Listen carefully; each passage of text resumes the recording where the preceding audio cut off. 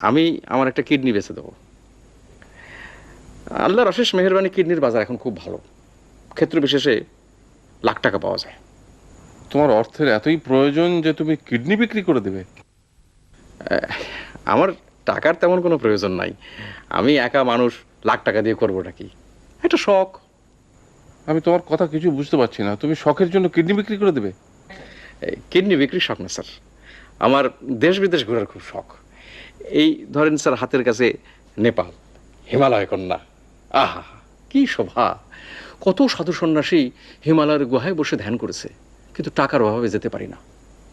তারপর ধরেন স্যার, এই তাজমহল, কি জিনিস বানায় রেখেছে বাদশাহ শাহজাহান, টাকার অভাবে কিছুই দেখতে পারতেছি না।